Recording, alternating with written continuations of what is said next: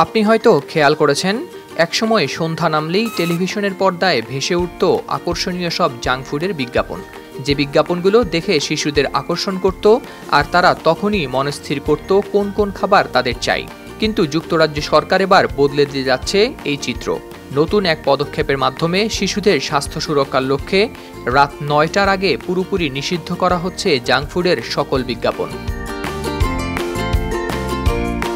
এই বিধিনিষেধ শুধু টেলিভিশনেই সীমাবদ্ধ থাকবে না, উচ্চ ফ্যাট, লবণ ও চিনিযুক্ত খাবারের অনলাইন বিজ্ঞাপনও হতে চলেছে বন্ধ। ২০২৪ সালের ১ অক্টোবর থেকে কার্যকর হবে এই বিধিনিষেধ, আর এর লক্ষ্য একটাই, শৈশব থেকেই স্থূলতা রোধ এবং শিশুদের সঠিক খাদ্যাভ্যাস গড়ে তোলা। স্বাস্থ্য বিশেষজ্ঞরা এই উদ্যোগকে স্বাগত জানিয়েছেন। তাদের মতে এমন উদ্যোগ নেওয়া উচিত ছিল অনেক আগেই। ২০২১ সালে বরিস জনসন প্রধানমন্ত্রী থাকাকালীন শুরু হয় এই পরিকল্পনা, কিন্তু শিল্প প্রতিষ্ঠানগুলোকে প্রস্তুতির জন্য আরও কিছুটা সময় দেওয়ার কারণে পিছিয়ে দেওয়া হয় এর কার্যকারিতা।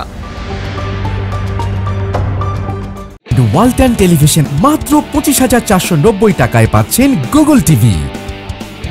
এ বিষয়ে যুক্তরাজ্যের স্বাস্থ্যমন্ত্রী অ্যান্ড্রু গোয়েন বলেছেন, এই নিষেধাজ্ঞা শিশুদের কম বয়স থেকেই অস্বাস্থ্যকর খাবারের প্রতি আকর্ষণ কমাতে সাহায্য করবে।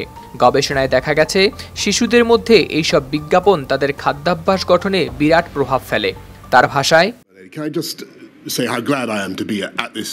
যুক্তরাজ্যের প্রতি ৫ জনে একজন শিশু প্রাথমিক বিদ্যালয়ে যাওয়ার আগেই অতিরিক্ত ওজন বা স্থূলতায় আক্রান্ত হয়, আর প্রাথমিক বিদ্যালয় শেষ করার আগেই এই সংখ্যা প্রতি ৩ জনে একজনে পৌঁছায়। এটি শুধু টিভি বিজ্ঞাপনেই সীমাবদ্ধ থাকবে না। লেবার পার্টি তাদের নির্বাচনী ইশতেহারেও বেশ কিছু পদক্ষেপ নেয়ার কথা জানিয়েছেন। তাদের মধ্যে রয়েছে ১৬ বছরের কম বয়সীদের জন্য উচ্চ ক্যাফেইনযুক্ত এনার্জি ড্রিঙ্ক নিষিদ্ধ করার প্রস্তাব।